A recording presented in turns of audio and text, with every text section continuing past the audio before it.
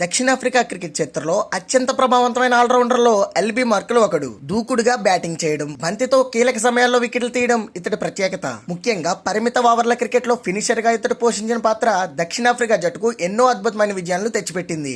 Legendary ఆటగాడిగా గుర్తింపు పొందిన మార్కెల్ తన భారీ హిట్టింగ్ తో ప్రత్యర్థి బౌలర్లను వణికించేవాడు. ఎల్బీ మార్కెల్ అనగానే అందరికీ గుర్తొచ్చేది ఆయన కొట్టే భారీ సిక్సర్లు. క్లీన్ హిట్టింగ్ కు మారుపేరైన ఆయన క్రీజ్ లోకి వచ్చాడంటే చాలు బంతి స్టాండ్స్ లోకి వెళ్లాల్సిందే. ఐపీఎల్ చరిత్రలో అత్యంత పొడవైన సిక్సర్ కొట్టిన రికార్డ్ చాలా కాలం పాటు ఆయన పేరిటే ఉండేది. కేవలం బలం మాత్రమే కాకుండా అద్భుతమైన టైమింగ్ తో ఆయన కొట్టే సిక్సర్లకు ప్రపంచ వ్యాప్తంగా పెద్ద ఫ్యాన్ బేసే ఉంది. ఒత్తిడిలో కూడా ప్రశాంతంగా ఉంటూ పెద్ద షాట్లు ఆడడం ఆయన ప్రత్యేకత. క్రికెట్ కెరీర్ లో ఆయన సాధించిన విజయాలు చిరస్మరణీయమైనవి. 2009లో ఆస్ట్రేలియాపై కేవలం 18 బంతుల్లో 40 పరుగులు చేసి దక్షిణాఫ్రికాను గెలిపించిన ఇన్నింగ్స్ ఇప్పటికీ ఒక క్లాసిక్. బౌలర్ గా కూడా తన మీడియం ఫేస్ బౌలింగ్ తో 50కి పైగా వన్డే వికెట్లు సాధించి జట్టుకు వెన్నుముకలా నిలిచాడు. తన తమ్ముడు మోర్నే మార్కెల్ తో కలిసి దక్షిణాఫ్రికా జట్టులో వీరు సృష్టించిన ఇంపాక్ట్ సామాన్యమైనది కాదు. ముఖ్యంగా భారత అభిమానులకు ఎల్బీ మార్కెల్ అంటే Chennai super Kings star player గా సుపరిచితుడు.